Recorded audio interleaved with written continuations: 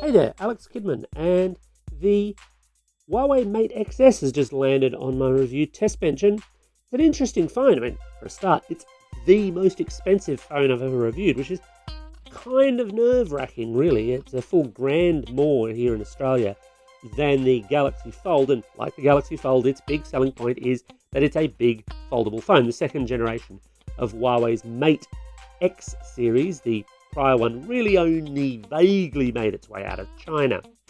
Now, I'm not going to pretend that this is a brand new, fresh unit I've been sent. I believe a number of reviewers have been through it before I have, but it's the first time I've had a look at it. So let's open it up. And indeed, the presence of the tape at the bottom there is a bit of a giveaway that, this isn't a fresh unit, although hopefully everything is still in there. And part of the reason I'm really curious about this is actually because this is a $4,000 phone, and I'm really curious to see what the out-of-box experience for a $4,000 phone is going to be like, because that first bite with the eye is quite important, I think. So let's see how we go here. Well, I'm doing well so far, getting the box off. That's because it's a pop-up flap. Sorry about that. Like I said, I haven't opened it yet. So, are we ready? Yes, it's a phone and a big reflection of everything that's in my study. So, I'll just carefully leave that out because I really don't want to drop the really expensive shiny phone. And there it is. And look, I've already done a hands-on video with this thing before. Let's see if she's got any power. Can she take it, Captain?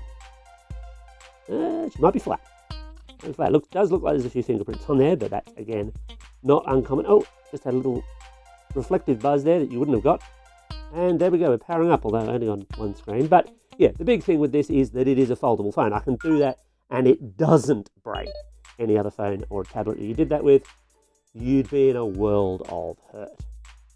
And look, I quite like the form factor. I've already done a hands-on video, which you really should check out. That was with a full unit at a Huawei briefing. But I do like the form factor and the idea of this particular phone, like this, most of the time. And then when you hit the red button, you can fold it out and have the full tablet. I'll be doing a full review later on, so stay tuned for that. But I'm really curious to see what else we get in the box. I'll do that setup in a little bit. I'm just going to put that to the side.